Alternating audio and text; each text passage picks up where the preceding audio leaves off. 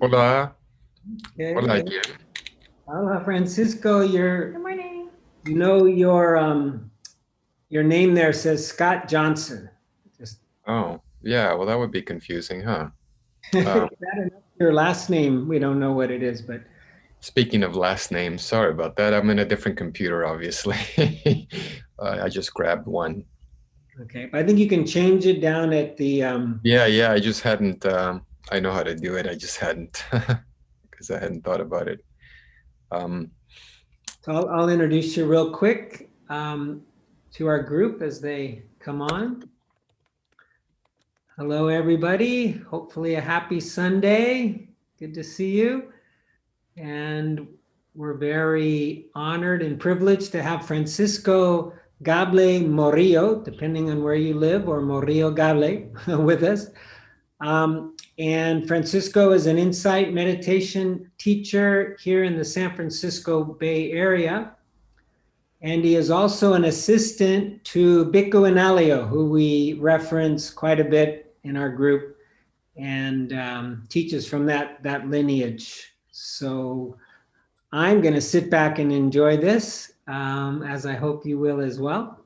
And Francisco, I will mute myself and the floor is yours. cool. Uh, Hello, everyone. So, Jim, is it possible to get a gallery view so I can see everybody? Um, I'm trying to do that. Yeah, just up in your right corner. You can't as Oh, a there it co. is. Oh, there you go. It was Okay. blocked by something else. Of course, there it is. Thank you. All right. Ah, there is everybody. Oh, so it's a nice intimate group. Um, how are you all?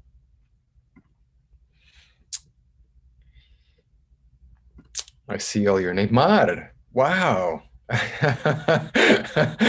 Mar, ¿entiendes inglés suficiente para seguir todo esto? Wow. Voy a tener que hablar más despacio, porque ustedes quieren que yo hable en inglés, ¿sí? Sí. Dicen los jefes, dicen sí. Ah, qué gusto verte, mucho gusto conocerlos a todos ustedes. Um, so I've been, the task of my time here with you is to carry on forward the torch, the beautiful torch that Jim is taking you on with the Eightfold Path. And you are in the exciting place of mindfulness. So I'll lead us into a little guided meditation to kind of get into the terrain. And then I'll maybe talk a little bit about the terrain after the announcements and see if you have any questions around that. Sounds good? Thank you. Okay, so, oh, Marce, wow. We have friends here that I did not expect. What a pleasure. My goodness. I haven't seen these old friends in a long time, so forgive me and my indulgence.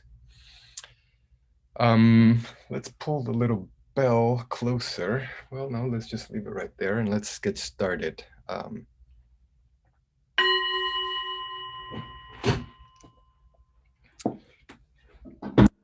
And I lost my seat.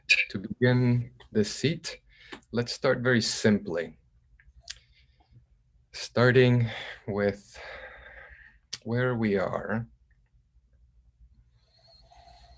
in the most simple way, just taking stock of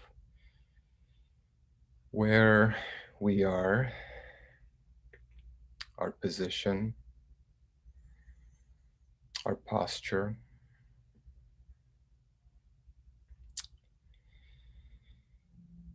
and dropping into the weight of our place,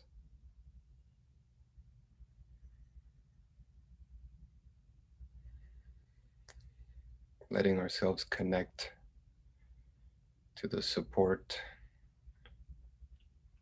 of our seat.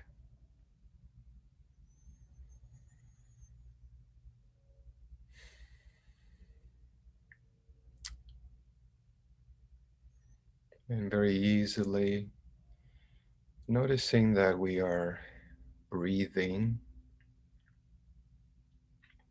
not doing anything about the breathing, just noticing that breath happens in this body.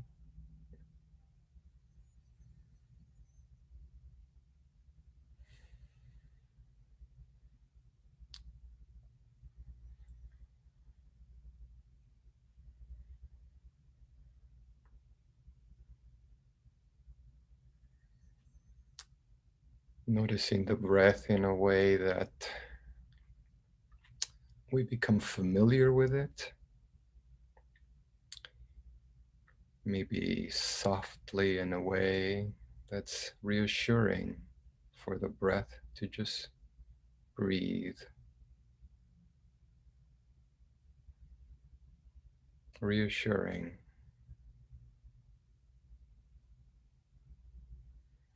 like saying, it's okay to breathe, it's good.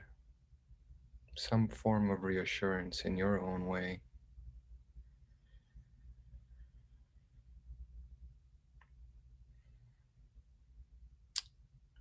And perhaps becoming familiar with the breath, the exhale, space, inhale, broadening, space, exhale. Maybe making space around the breath so that the breath feels at ease, breathing itself.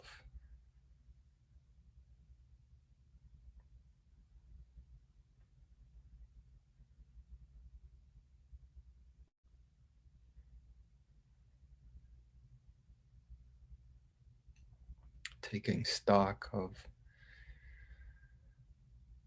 the whole body,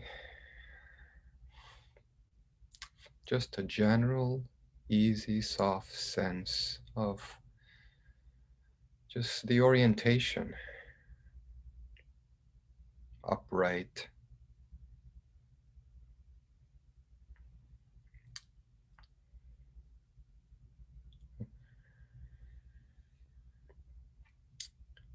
noticing the subjective experience of our body, like how the body knows itself from the inside out, subjectively. No need to change anything, adjust anything. Just exhaling into our subjective experience of the entire body, of the broadest sense of it that you can evoke, just its general presence here, simple presence here of the body.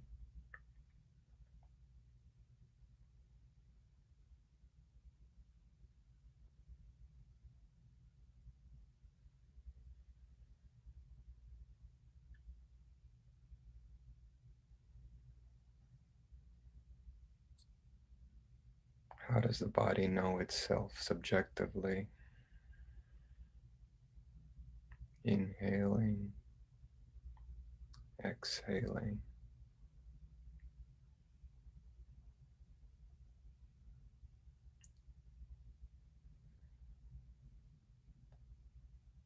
Just allowing that rhythm to be maybe on its own.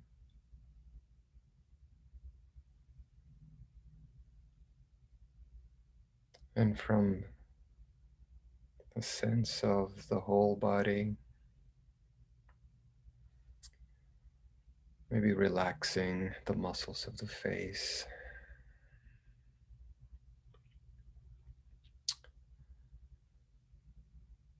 dropping the jaw a little bit, noticing the collarbone and the beautiful heart lungs in there, knowing they're there from the inside. Allowing the shoulders to open and relax in their sockets, with the idea that they're relaxing, not really doing anything, just seeing if relaxation happens, or to what degree it happens, is perfect.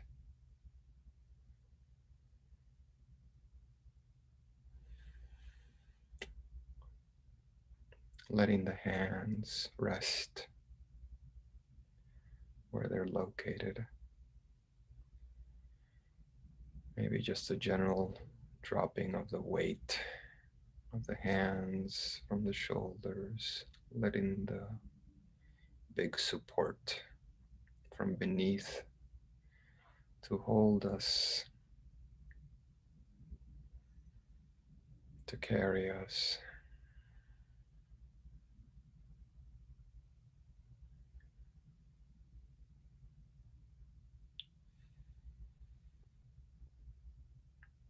Allowing the belly, the torso area to just drop forward a little bit, even toward this support underneath. Just relax down.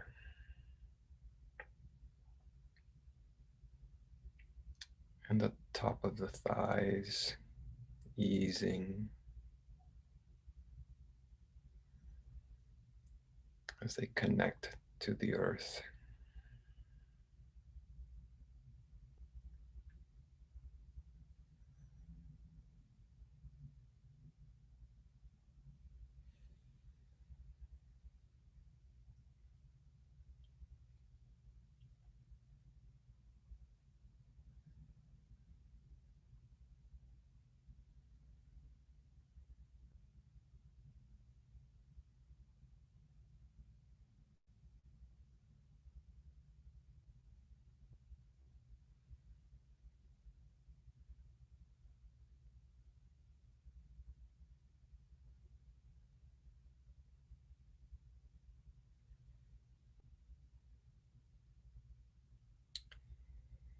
Exhaling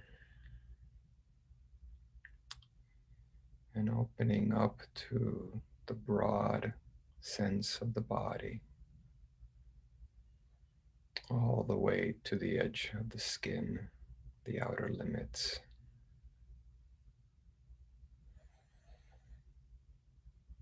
Beyond the skin, the vast space around the body.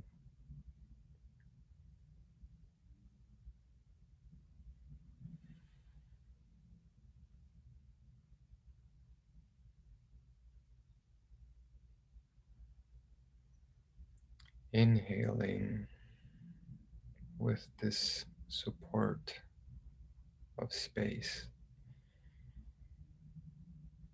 and earth within it.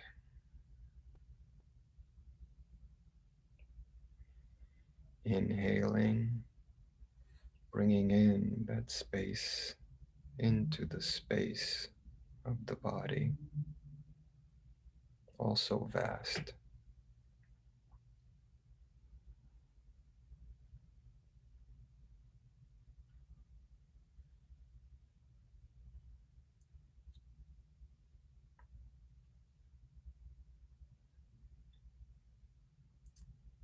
And coming in a little closer, noticing the movements of our mind, any little pulls toward certain attention objects, any little attractions, any little desires for something, any thoughts.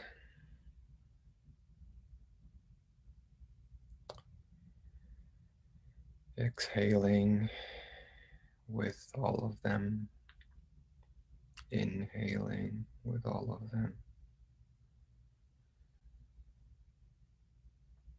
exhaling into the space around all of them, all the little objects, the want, the not wanting,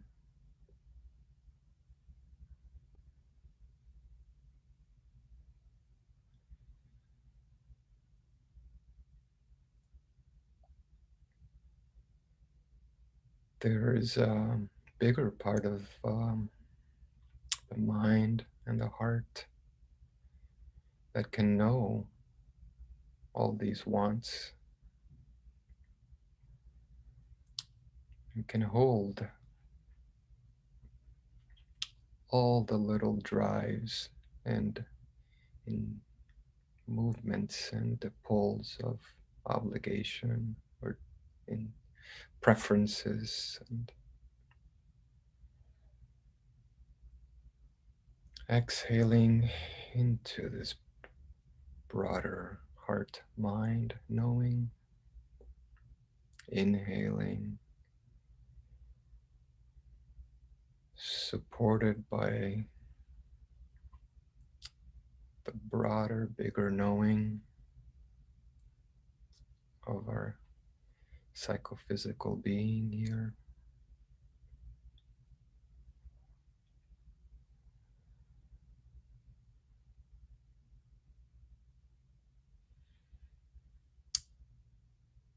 Inhaling, receiving any relaxation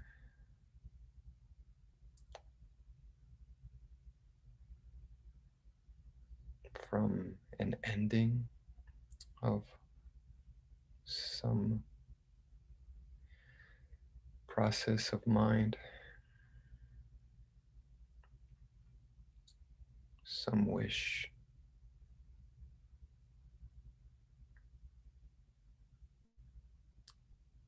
some little pressure.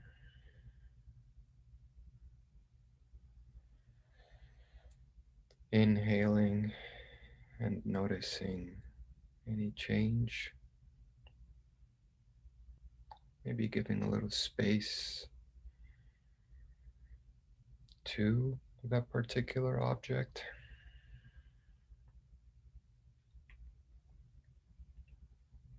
Any knot of tightening,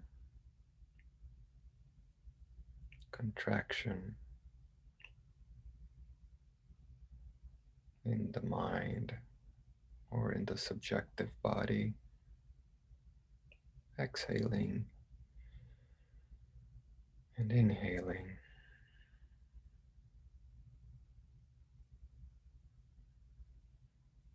knowing the vast space around, within. I can hold preoccupations,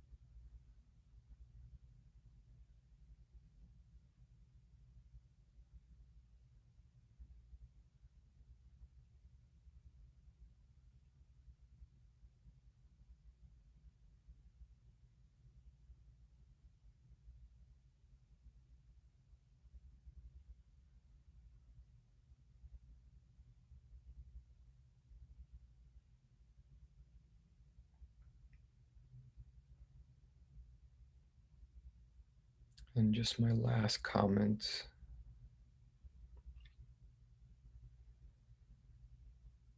One interesting way to experience those moments of relaxation, release that happen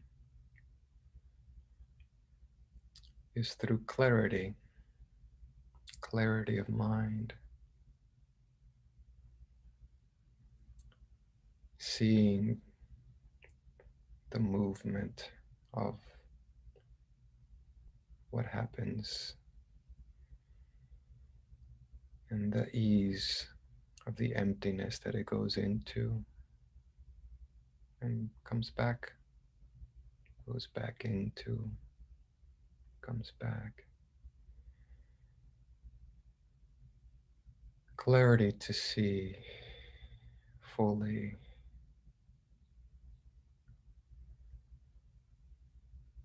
maybe go into the middle of any moment of ease.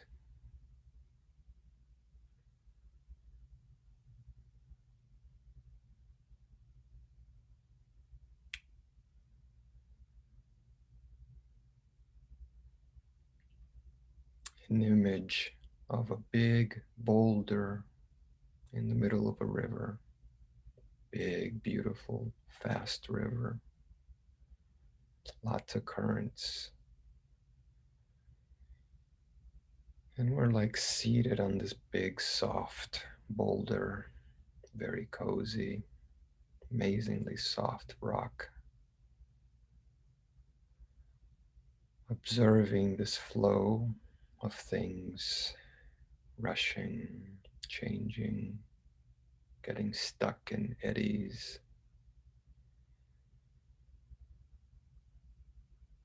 And knowing that it's all flowing into this ocean, this vast, empty ocean, full,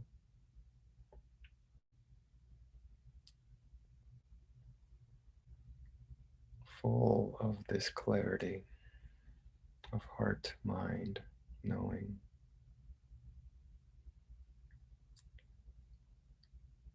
Let's practice like this for the time that remains.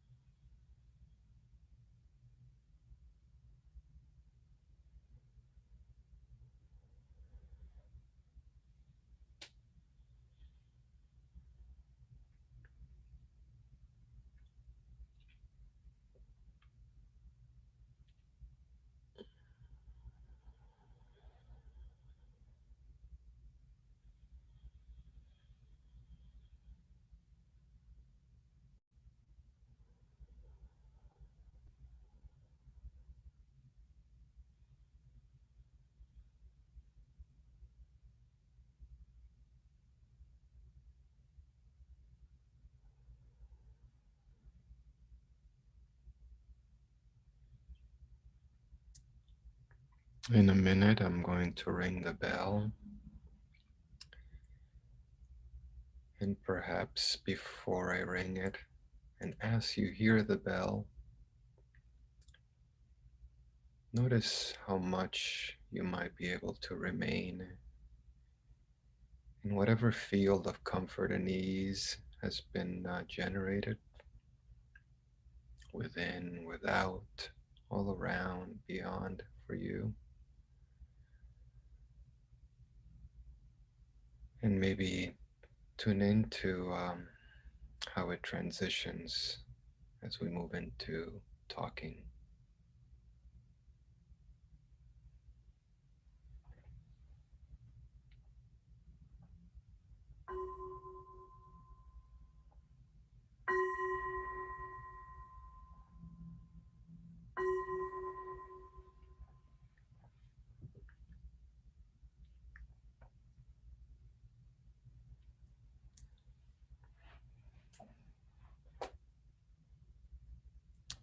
Thank you for sharing this space together. And I believe that at this time, it's time for announcements. Is that correct, Jim and Ana Monica?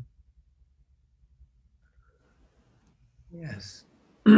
Typically, we have some announcements, and I think actually, Francisco, you have some announcements that you could share with the group, and I can share screen with the 3-section course. Okay.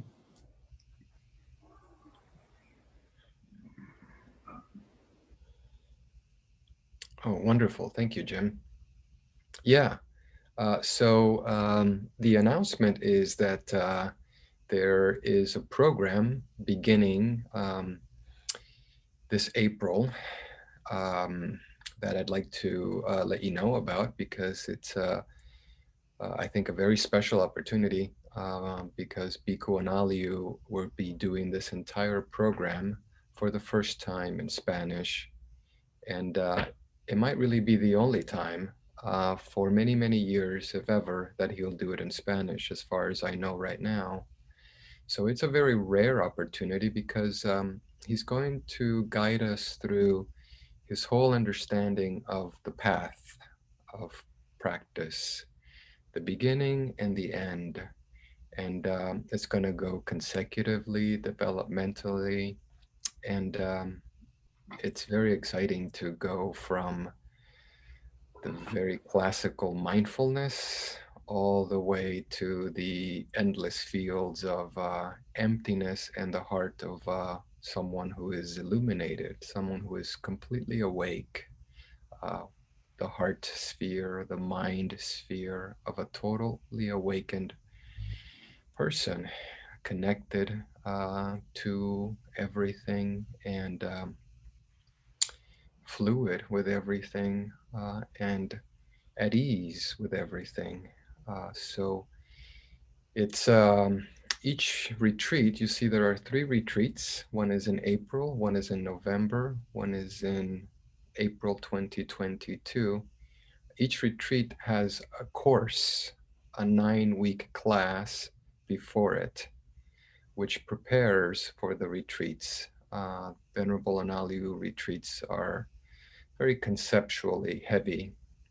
And so the courses before each retreat will really familiarize so that we can really dive into the retreats. And so that when we're with Venerable Analiu, can really make a lot of value of the time with him and engage in the material fully. That's the idea of the retreat. The first course starts very soon, starts on February 17th. And the first course begin and lasts for 9 weeks, and it will be on Satipatthana, which means establishing mindfulness, establishments of mindfulness, however you look at it.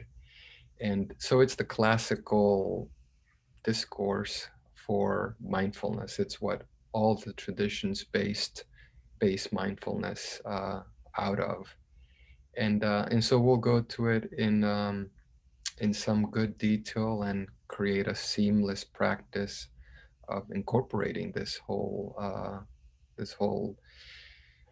discourse and practice and ancient presentation of mindfulness, which you're getting here in the Eightfold Path. The Eightfold Path, as you know, is the very ending of that discourse.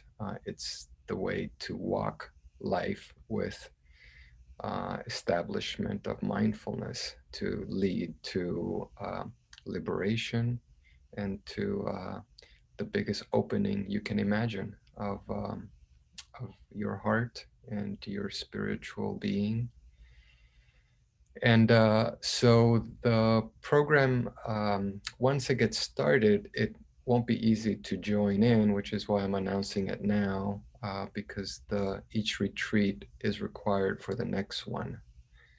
And the courses are not required, but the courses are strongly recommended if you want to make sense of the retreat. And so, like I said, it's a really unique opportunity to do this in Spanish.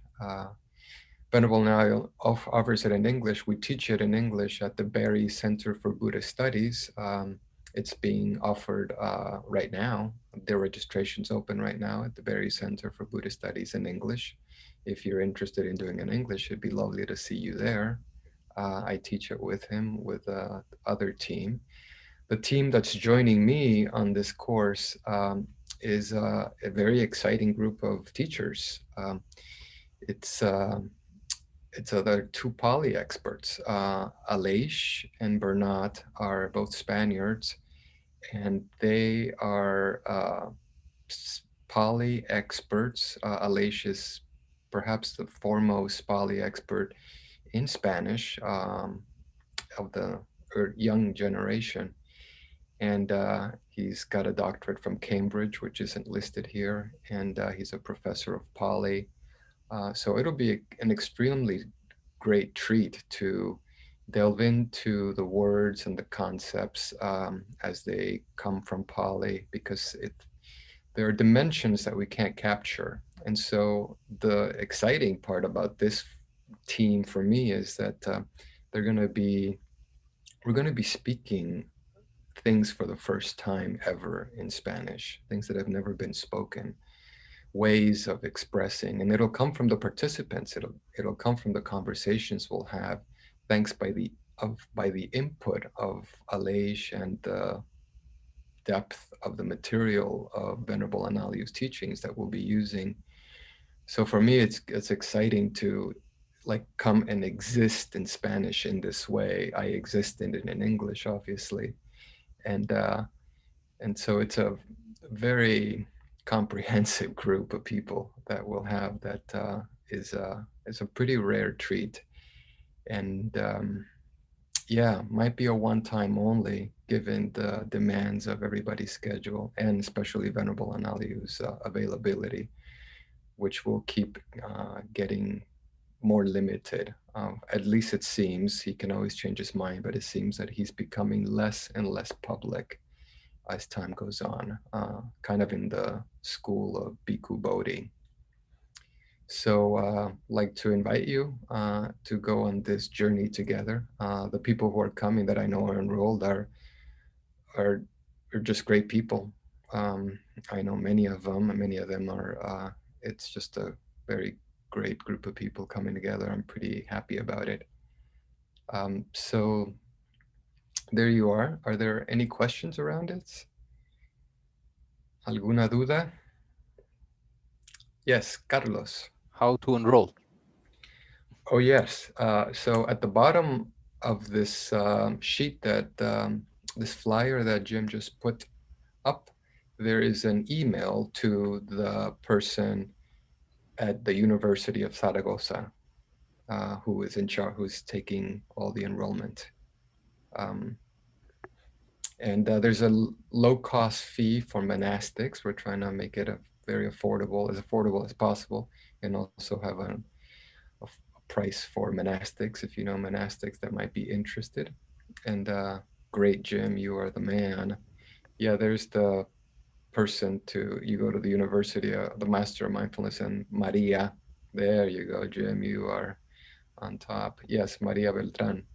She will handle the matriculación.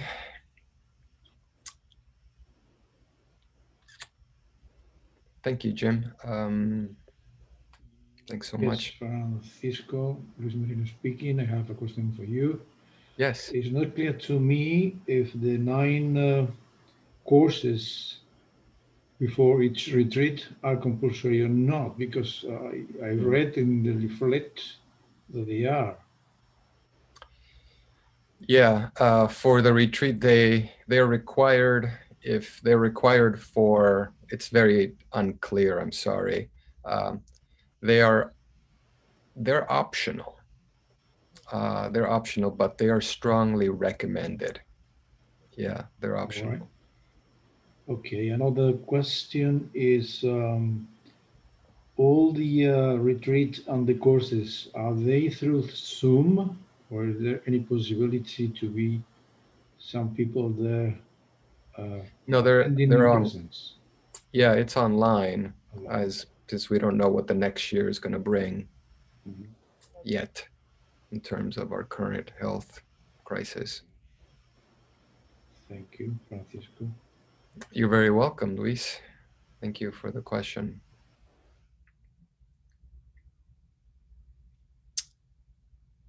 ¿Alguna otra duda? No? Well, Sorry, I wanted to ask. Maybe it was on the screen, but I couldn't see it. I'm on my phone. The number of hours per day for the course in February? How many it hours daily? yes, it's the course is 9 weeks, and it's Wednesdays from 6 to 8, Madrid time, and that's the course time. And those classes will be recorded for the people enrolled in case some people miss some classes. Um, the retreat will not be recorded. Venerable Anaya does not allow recordings. Thanks. You're welcome. There is a question from Chema about Bhikkhu Chema? Analayo. He asked if you know personally Analayo, and he asked if you could speak, please, about him. Thank you. Oh, yes, Biconalio is a very good friend of mine. What can I say about him? What would Chema want to know? He's an amazing scholar. He doesn't stop writing. He is the most prolific writer that we have in Theravadan literature, without any doubt. He's an incredible person, uh, walks the talk. Like me, like him, I am a practitioner first. So before being a scholar, we're practitioners. We practice. We love the practice, and it's the practice that we love to live out in the world. And he has, in these courses, a very practical way of incorporating these abstract teachings at times into real life. That's what I love. Really, that's what I live for, to live out the doctrine and the dense material that it comes from. And he loves to speak in Spanish. He's not doesn't speak it great, but he is very committed to helping the Dharma expand in Spanish. That's kind of our objective together for the rest of our lives, at least my life, and he's going to help however he can. So we're looking for people who are into the practice of Buddhism and want to incorporate a comprehensive way of understanding the mind and the heart uh, of an awakened person in this very life. What else do you think Chema wants to know? I've heard of Chema from Jimin a lot.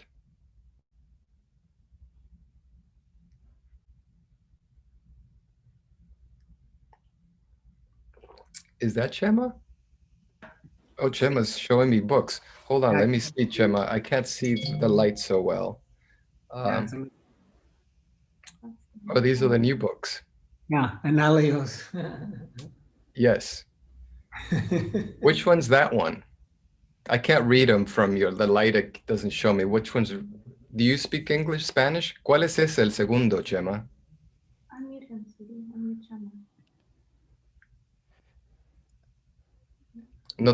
Can you unmute, Chema, ponte el sonido que no te oímos. por favor?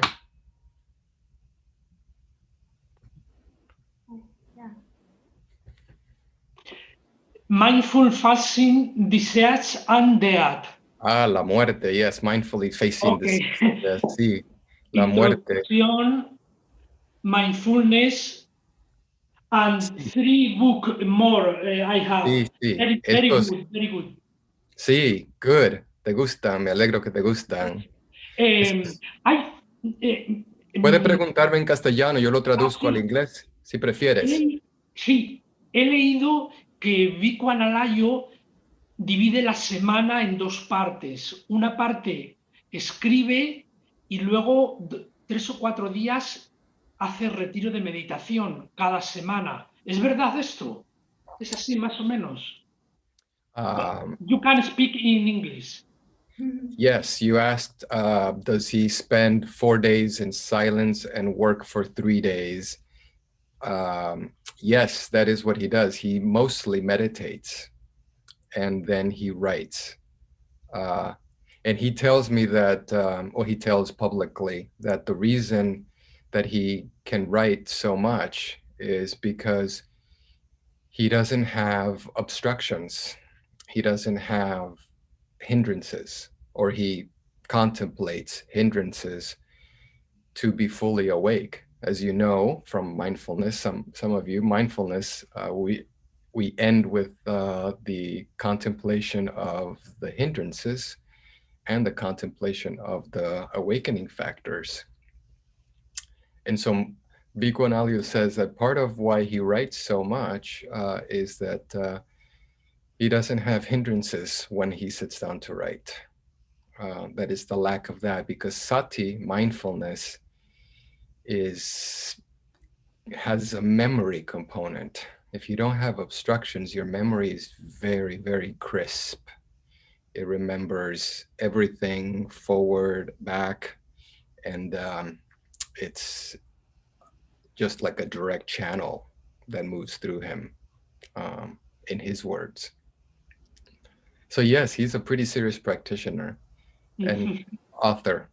Yeah, he loves to practice. That's really, why we know each other, because we like to sit. Okay. Like to sit a long time.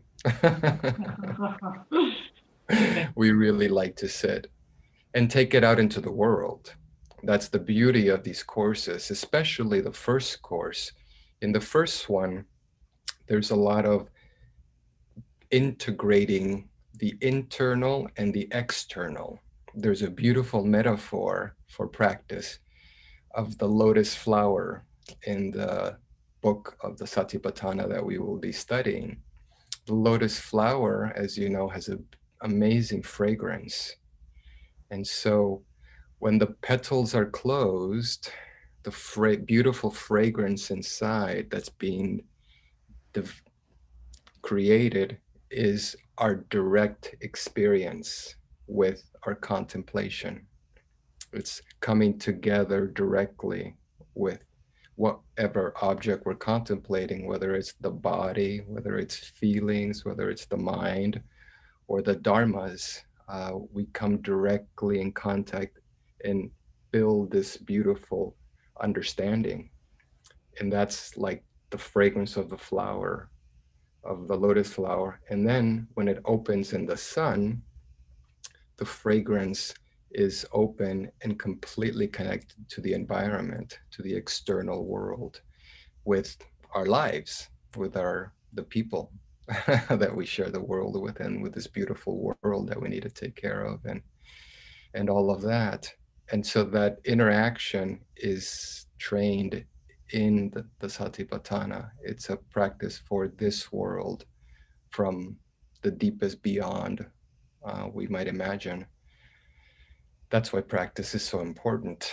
It creates this beautiful fragrance that we share with others and we build with ourselves. So maybe if there are no questions, maybe I can continue with this and go into mindfulness, eh? Does that sound good? Thumbs up. I love thumbs up. Thank you. Sorry there, let me move this over. My screen is a mess and I can't see someone. So you've come upon in the Eightfold Path mindfulness, sati in Pali, and that is the looming place of clarity and receptivity. Mindfulness by this point is positioned in the Eightfold Path to brighten up the mind now, polish it up, brighten it up to get ready for deep concentration. That's its position. And just a very quick review, as I'm sure you all are up to speed, but I just love to talk about the Eightfold Path. We start with right view. We start with seeing when we start with wisdom factors, right view and intention. We start with the wisdom factors right away, and we start training vision immediately. What is our attitude? What is the attitude that we bring to the world at every moment? Because in training our attitude with our intention, we can delineate, distinguish, understand how our attitude is affecting, transforming, not transforming the world. Our inner vision is that powerful, right? That's why you're all in this wisdom tradition, I imagine, in some way. So we have right intention after right view, and so after the wisdom factors, we go into what we are to do in the world. We go into actions. We go into speech. We go into action, and we go into livelihood. Those are the things that we do, right? We're given ways of being in the world through our action that opens up the opportunity for mindfulness, makes mindfulness and living at ease possible, because we look at what's wholesome and not wholesome, as I'm sure Jim has described and taught you very well. We look at the effects of all of our actions, all of our speech, all of our intentions, what's happening here and what's happening out there at every moment, to keep measuring and adjusting and learning to receive more, to adjust our inner vision so that we aren't really doing so much. We're become more at ease and liberated. When the mind is liberated, it doesn't have to do anything. It has to just be. And it's extremely relaxing. And it's what opens up the path to concentration. So we have the three factors of ethics, as we like to look at them. And that's the beauty of the Eightfold Path, that it prepares us to really have the environment to have sati, have mindfulness. We have to watch our ethics and what we do in the world, because it can constrict us, it can limit us, it can make us very closed and very tight, and not provide a context for mindfulness to flow. I keep referring to mindfulness as the thing, because it kind of is what it's all about in every step of the way. We go toward concentration in order to come back to be mindful, be mindfulness in the world, because it's really, this is a path of transformation. It's to transform every aspect of our life, possible, from looking closely internally and making room for that to transform. And so we look at the four efforts to begin to understand the obstacles, the hindrances, los impedimentos, that which lo que obstaculiza la mente, that which just creates obstacles and prevents the mind from functioning in its fullness. So the efforts are really about noticing what is hindering the mind, noticing it before it hinders the mind, trying to get ahead of it, to prevent it from hindering the mind, knowing when it has hindered, when the mind is hindered, that it is recognized, that it is blocked, tight, narrow, constricted, tense, and creating conditions for that to ease, to change. The efforts are very exciting because they kind of teach us the rhythm of mindfulness. I like to think. I think they kind of teach us that fluidity of how mindfulness is. Mindfulness is very fluid. It's very organic. And the efforts teach us that by not being effortful, it's effortless effort. Esfuerzo sin esfuerzo. As little effort as possible. Just putting in a little bit of attention to notice the change. Just a little bit of attention to notice the change. So I refer to this as the rhythm. There's always the little touch that we put of our attention, and then we wait for the flow and see what happens and understand what happens and go with that. And then we put it in another bit, and then we see what is the object, whatever object it is that we need to see. And sometimes we don't have a choice. We have to see very difficult things and have to understand and allow and soften and permit and endure. And mindfulness allows that. So coming to mindfulness fully, how we train. We're training the mind.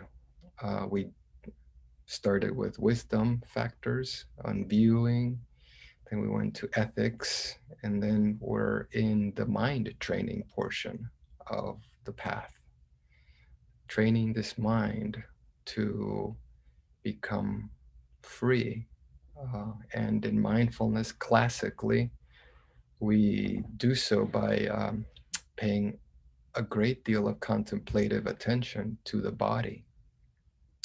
We really go into the body to understand the whole body, to embody the whole body, because as there is no mind without a body, and we learn that, we expand that to its full limit by knowing the body from the inside, its constituent parts, the vastness of its makeup teaches the mind how to be vast and limitless. And we look at the body's nature also to understand its reality, the reality that it's a living being that will die. And then we incorporate that insight by really being alive to this moment. and we take advantage. We realize that we have this beautiful opportunity of awareness to cultivate and explore and inquire into. And we also train on feelings, feeling tones, los tonos sensoriales, la tonalidad, how it feels. Is it pleasant? Is it not pleasant? And that allows us to feel this body. And then when we're, as by feeling, we are also aware of the mind. It's the bridge to know the mind, to get intimate, to know this when we're tight, when we're closed, when we're open, when we're vast, when we're concentrated, to move toward concentration. And then the last part of mindfulness, classical mindfulness training, is the dharmas, the training material, the teachings themselves. Some of the most so standard dharmas that we work with are the hindrances and the awakening factors, because we can, if we learn to see how we are hindered, we can also see what's getting in the way of being awake. And the awakening factors show us how to place in our lives the things that lead to more awakening, what leads to more opening, what leads to more freeing of the reactivity of the reality of being in this psychophysical form in this world. And so we go on an awakening path. And the path is a direct path to complete realization of an ultimate mind, so to speak, an ultimate being, and connected to the vastness of a heart that has no limits, compassion that is tender but relaxing and joyful, even a joy that is endless and generous,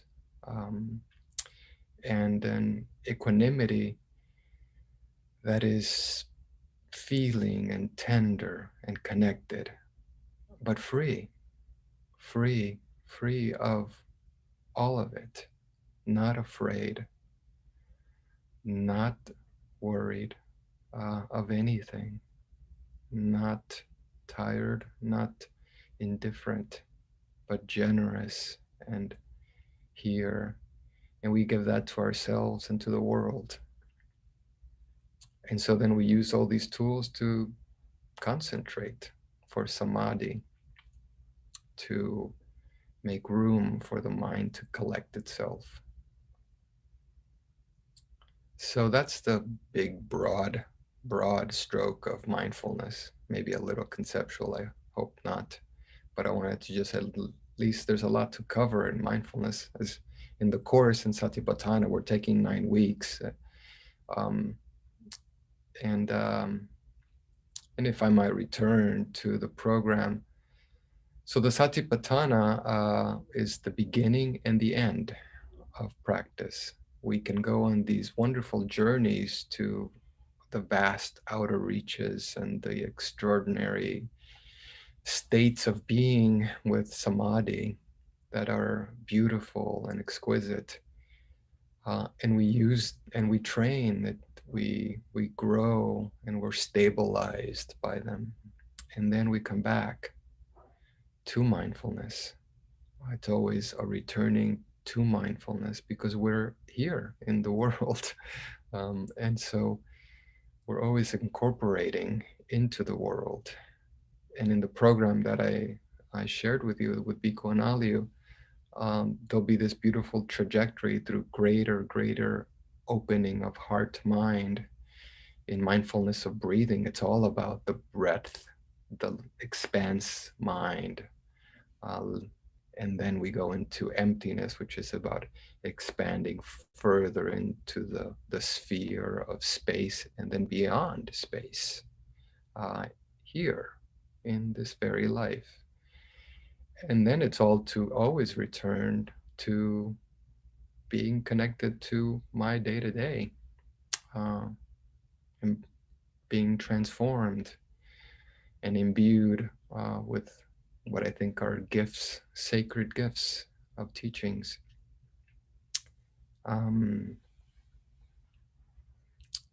Jim, does that seem like enough on mindfulness? Maybe you can guide me and tell me what area of mindfulness, if you want me to, or if you want to proceed with something else. Any area of mindfulness you'd like me to go into, or say more about, or anything like that? So maybe I have something about that. Okay. Yeah, allow me to speak in Spanish. Sí, por I'm favor. sorry for Con those gusto. of you that doesn't understand well Spanish. But, Yo lo traduzco. all right. Es sobre mindfulness. Um,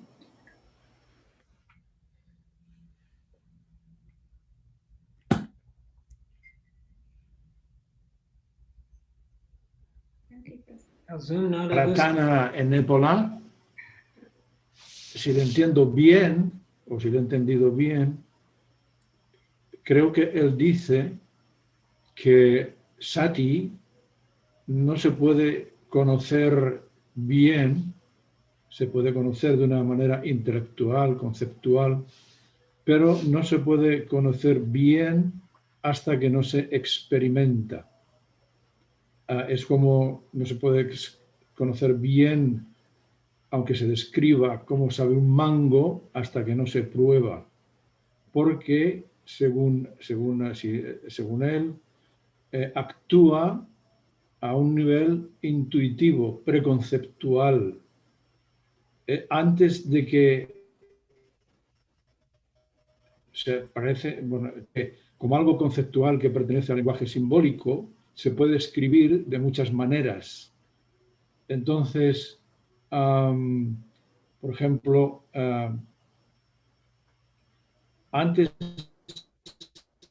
actúa antes de que sepamos, estamos meditando, ¿no? Y de pronto estás centrado en la respiración y de pronto te duele una pierna. Pues que te das cuenta, actúa antes de que puedas pensar que tienes dolor. Antes de que tú puedas decir incluso a mí, me duele algo. Actúa antes. Y es una descripción, también pone la analogía que la luna no son los dedos que la señalan, no es otra cosa. Hay que verlo, hay que sentirlo, hay que experimentarlo. Si no, solamente se podrá tener un entendimiento intelectual, conceptual, pero que, bueno, ¿qué opinas?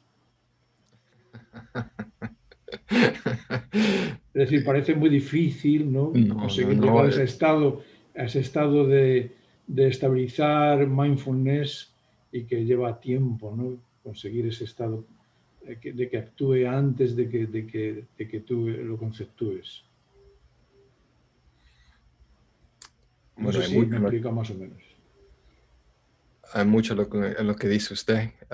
¿Puedo hablar en inglés para compartirlo con los demás? Sí, sí, Sí. claro. Gracias, muy lindo, muy lindas todas sus palabras.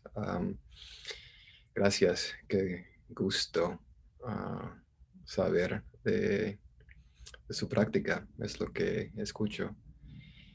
So mindfulness is something that has to be experienced directly, not conceptually, is the very short form of what Luis spoke, and that it takes time to have experience in such a way that is embodied, intuitive, incorporated into our being, that even precedes concepts.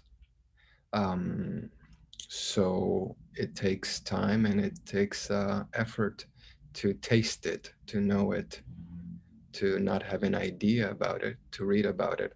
Yeah, of course. That is the beauty of it. And I may start by saying that mindfulness is a mystery to me. And I'm very happy with it being a mystery. I'm very happy with saying, I don't know what mindfulness is. I teach it all the time, but I don't know what it is. And I'm very happy with that. I'd like to teach it to approach establishing it, to inquire, what is this, and be it, and to test it out, because we're given so many contemplations and exercises to experience moment of connection with knowing deeply. And that's the beauty of this path, I think, that you're right, it takes time and it takes diligence.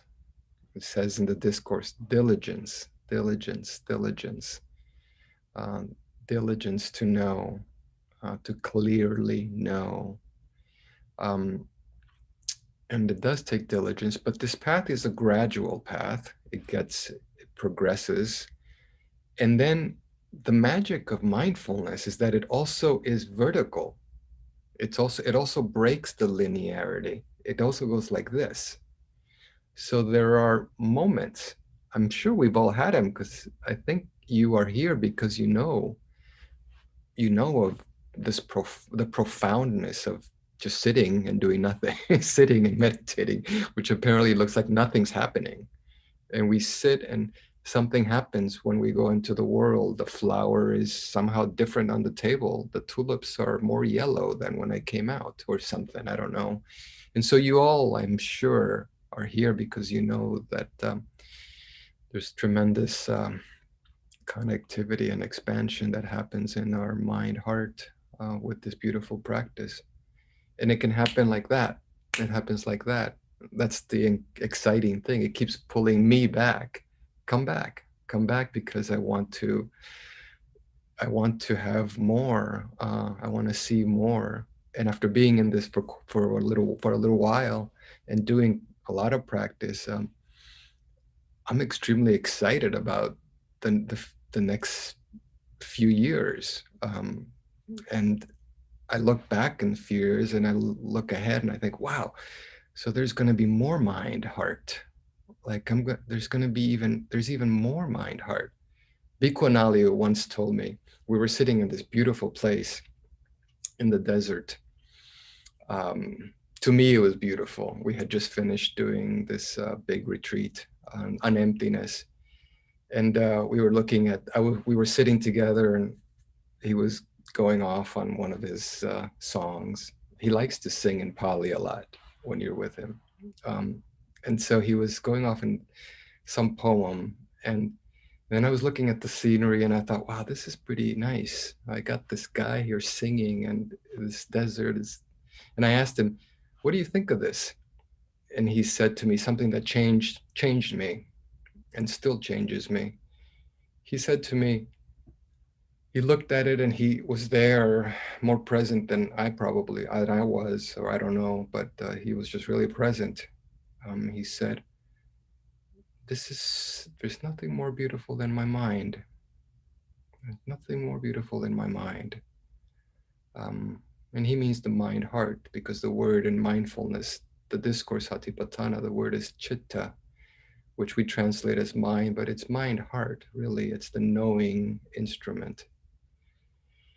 And so it's a very exciting path that takes diligence to taste it, like you taste a mango. You have to bite into a mango.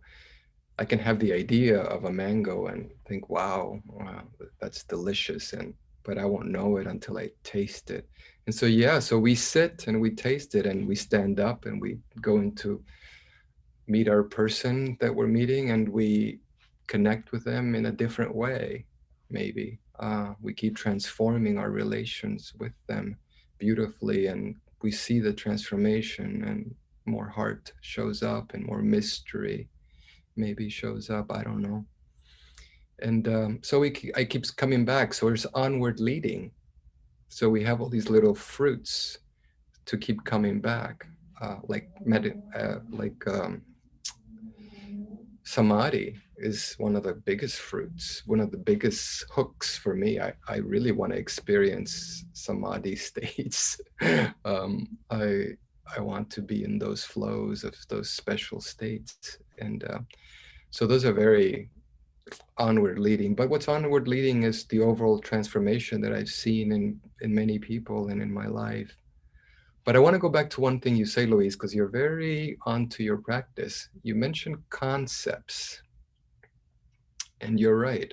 Many Buddhist traditions, later Buddhist traditions, say that concepts are to be done away with. And that is true. We do need to release concepts in order to have inner vision. However, we do use concepts throughout for the training. It is it's the wise use, the helpful use of concepts. It's very helpful for me to say to you in meditation, the whole body, tune into the whole body. That's a concept, but it's a concept that allows us to have an experience. Like if I say, look at your whole, I say hand, you have a concept, but you also can have an experience. And if we contemplate, we think of hand. And so now we know our awareness now is broader. And so concepts expand in a training, contemplative manner. So concepts in early Buddhism are used and have a very important place. Indeed, to get into many states of samadhi, or the deeper states of mindfulness, we need concepts. We use concepts. We keep letting go of them because this practice is half attention training. Half is attention training, and the other half is letting go. It's releasing. It's stopping. So hay una gestión y espacio. There's always something we turn to, and then there's the letting go. There's always something what we put attention to, and then we let go. We understand it in the letting go. Then the letting go is where we develop the wisdom of insight. We see the change. We see how the transforming happens before our very being. I hope that wasn't so long-winded. Was that long-winded, Jim? No, it was beautiful. I loved the question, Luis, and I love very much the answer, Francisco, especially that, what is it? That mystery. So beautiful. We are at our time though, Francisco. And so I know for some, they probably have a schedule and need to leave. Maybe we can dedicate the merit, and then those who want to stay on after, we can have a small group, or if there's more of us, we'll have a couple small groups and we can talk a little bit more about mindfulness if you like. But maybe we end now, Francisco, with a sharing of the merit, and then we can do the small groups after. Very good. Let's do that.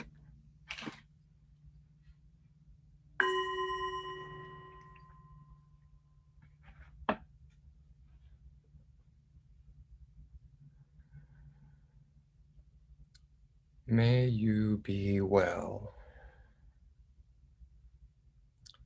May you be happy. May you be at ease. And may you be safe. May you be safe. May you be happy. May you be at ease. And may you be well.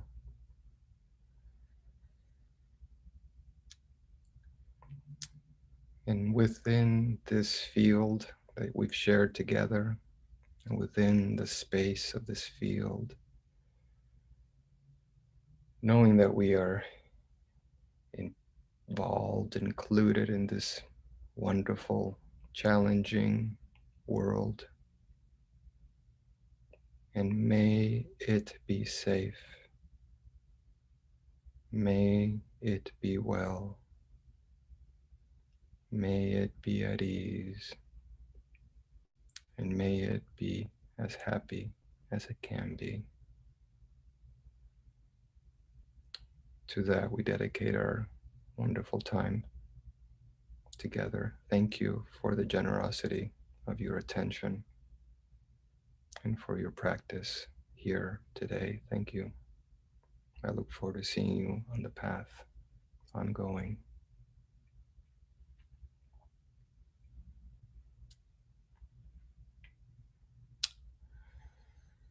Very good. Thank you so much.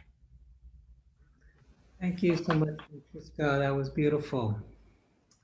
Oh, 10 minutes. Wow. Do you want me to stay with you for 10 minutes? If other We people normally need to go? we try to end at a quarter of, and then we will have small groups, or even now, if anybody has a question or would like to put their voice into the room, this is opportunity to do that. Does anybody like to say anything? I see Denise is getting closer to the screen. Do you want to say something, Denise? Or no? Okay. Thank you, Lara. Thank you for coming. Yeah, I'm going to sign up for the course. I'm really looking forward to it. Cool. I'm so happy, Jim. It's always great to have you. Thank you.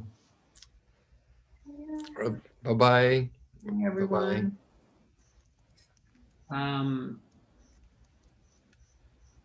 Yeah, I think for now that's probably. Gracias por venir, Chema. Adiós. Is he gone? There he is. And Alberto, me alegro de verte, Alberto, en nuestra pantalla. Igualmente, muchas gracias a vosotros. Gracias. Gracias, buenas noches. Muy bien. Nuestra Sangha, nuestra Sangha española.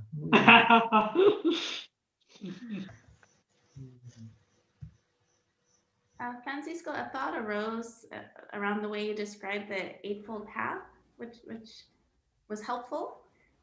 With the two first, view and intention, I thought of as the creating the internal causes and conditions for practice, and then ethics as creating the external causes and conditions for practice, kind of as purifying internally and externally, so that when we get to mindfulness and concentration, we have a better platform to train. And I don't know, I'd never quite broken it that way, or the thought hadn't arose, and that was really helpful. Kind of had a connection with yoga, internal, external, purifying. So thank you. That's so great. Internal and external. It's that way all the way. It's an interrelated thing. There's no separation. Just like there's no mind body, right? It's all one living thing.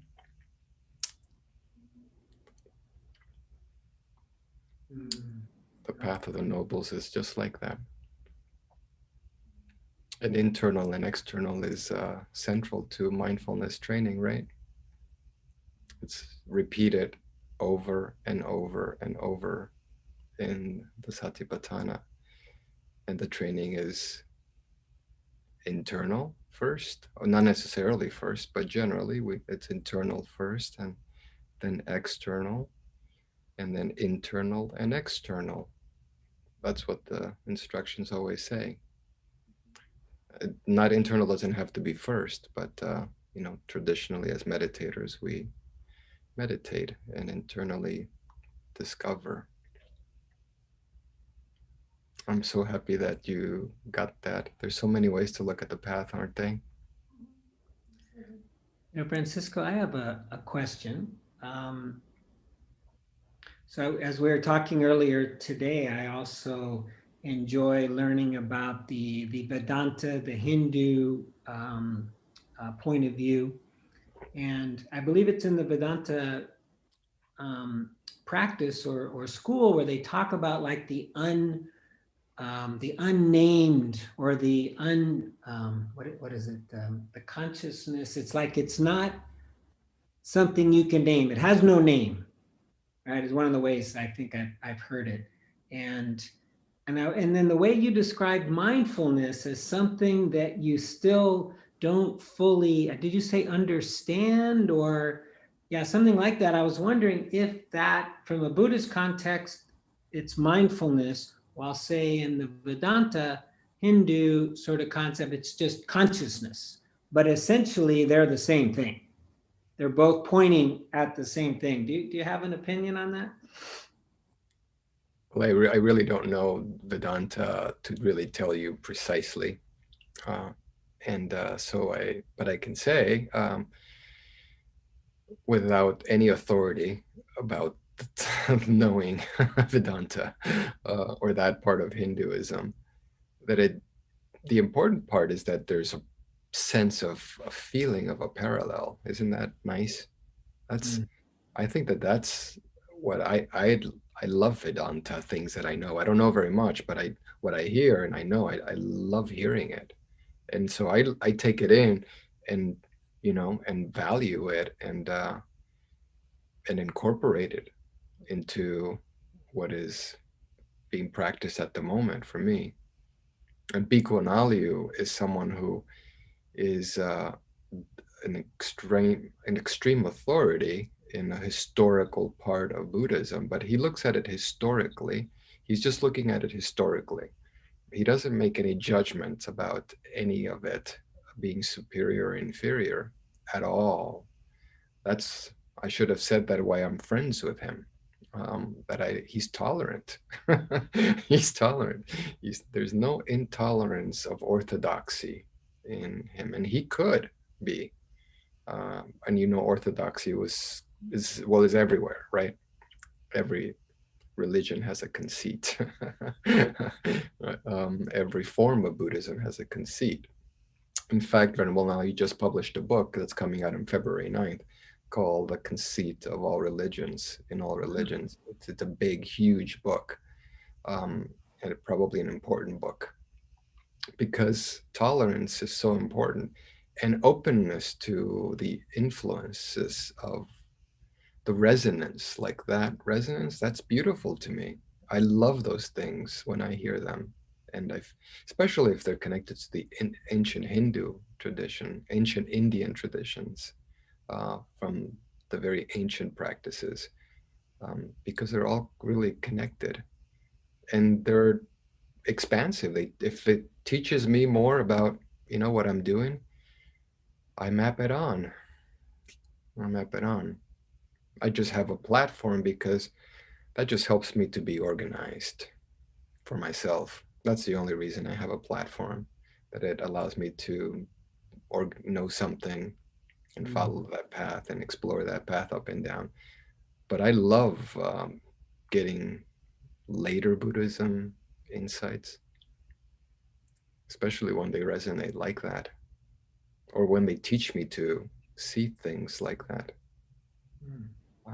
Be open to, we're secular, we're empirical, but sacred is here too, and I want to have a language for that. Bhikkhu Analayu used the word saintly for this priest friend of his. He's a very, oops, sorry about that. My dad, Sunday morning call my father. He calls this Buddhist saintly, this friend of him. I just love hearing him using those words, that's what it's about to me, right? To just connect to whatever really gets your inner spirit inspired. Yeah, or helps with the seeing. And training the seeing. I find that I like the training. I like to have trainings and things to do. That's why I bumped into this path, because it just gives me a lot of things to do to then let go of.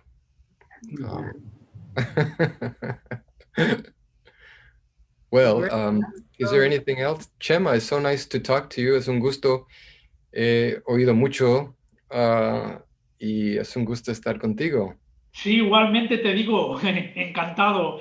Y he leído 4 o 5 libros de Bhikkhu Analayu y es maravilloso, maravilloso. Qué gusto, qué gusto. Qué gusto. Bueno, mucho gusto por su contribución y su práctica y espero que nos veamos en este camino en persona, que presencial en algún momento quizás, ¿eh? Ah, genial, genial, sí, sí. Y Justo a los también demás, además Francisco Alberto es un maestro Alberto. de mindfulness, de budismo en España, en Madrid también. Hola, Alberto. Llevaba 4 años, creo, con monje en la escuela de Ajahn Chah. Ah, wow. Entonces estamos en lo mismo. Andamos en lo mismo. Mucho gusto, Gracias. Alberto. Qué gusto de Mucho gusto y participar. mucho gusto y muchas gracias por la sesión. Con placer, con placer. Me alegro conocer otro que es caminante juntos en este camino. Tengo Espero que que decir no. que me encuentro, después de oíros a todos, I think that I'm in the kindergarten. No, Luis, no. Instituto. Muy bien. Ok, chicos y chicas, muchas gracias. Ahí. Vernos y hasta Gusto la de próxima. verlos a todos y Goodbye. todas. Hasta luego. Hasta luego. Hasta luego, Carlos. Chao. Hasta luego, Alberto.